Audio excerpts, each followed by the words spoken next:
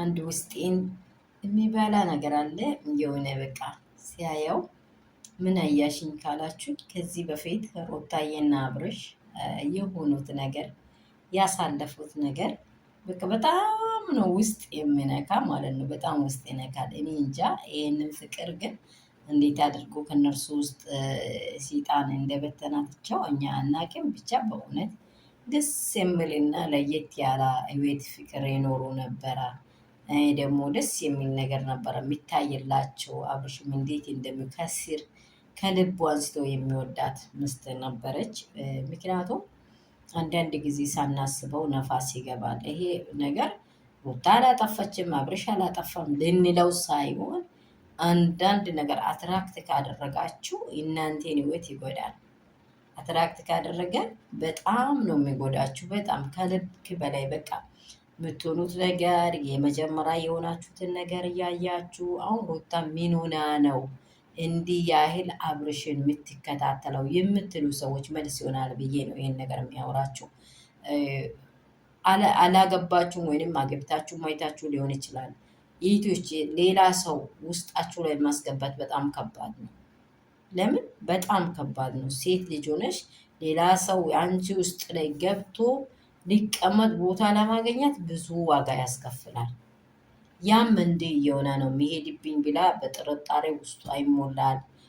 ኮንፊደንስ ታጣለች፣ ትናደዳለች፣ አይምሯ ትክክል አይመጣም። ልጇ አባቴን ይላል።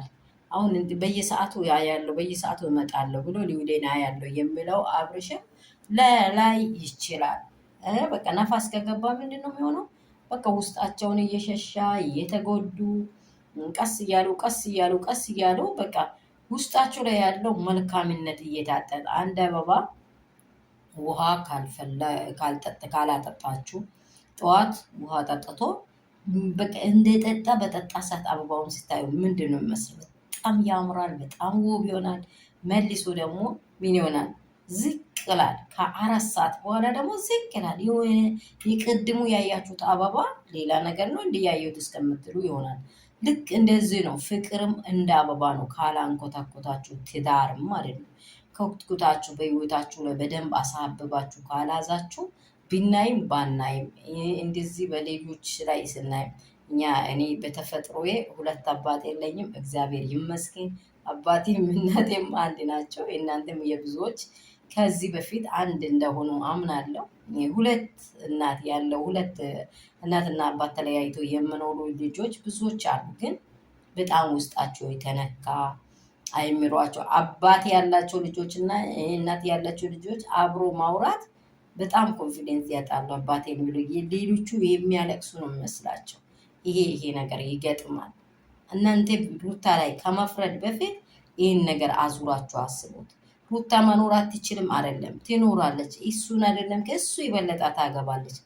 አይሆንላትም። ለአብርሃምም እንደ ሩታ ሚሆን አይኖርም፣ ለሩታም እንደ አብርሃም ሚሆን አይኖርም።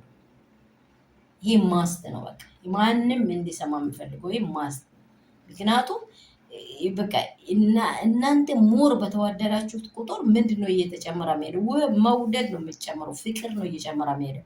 ሞር ከተጣላችሁ በኋላ ምንድን ነው እየሸሻ ይሄ ቤት ሌላ ምስት ካገባ አብርሽም መምጣቱን ያውቀውማል፣ እዛ ጋር ይሆናል። እችም ሴት ደግሞ ያገባችው ወንድም እንዲህ ይሆናል ብለው ሴት ልጅ መቼም ቢሆን ልቧ አምኖ መቀበል በጣም ይከብዳል። ማንኛውን ወንድ ሩታን አሁን ፈላጊዋ እንዲህ ኢንሜሌን ነው።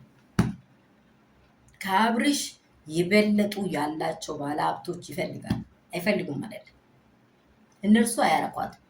የቀድሞ ምስኪን አብርሽ የቀድሞ ምስኪኗ ሩታ ናት ለሱ የምትታይ። ይህን ነገር ታሳቢ ያርጋችሁ። እግዚአብሔር በሚወደው መንገድ ነው ሩታ እየተከራከረች ያለችው። ዲቪ የሚያወራው ይሄን ኤፊ የሚያወራው ይሄንን። ሰላም ቤተሰብ እንደምን አላችሁ? እንደምን አደራችሁ? እንደምን ረፈዳችሁ? የኔ ውዶች፣ የኔ ቅመሞች፣ በዓለም ዙሪያ ያላችሁ፣ ከሀገር ውስጥ ከሀገር ውጭ ያላችሁ የእናንተን ክፉ መስማት አልፈልግም። ለእናንተ መልካም መልካም ይሁንላችሁ ይሁንልን። ለምድሪቱ ደግሞ ሰላም ጸጋ እግዚአብሔር ያብዛልን። ባላችሁት ሃይማኖት ሁላችሁም ጸልዩ። ምድራችሁንም ደግሞ እያሰባችሁ መሄድ የምትፈልጉትም ትዳር ያላችሁም ትዳር ውስጥ ለመግባት ያለንም እግዚአብሔርን የሚያውቅና እግዚአብሔርን የሚፈራ ልብ እግዚአብሔርን እንዲሰጠን ተስፋ እናድርግ።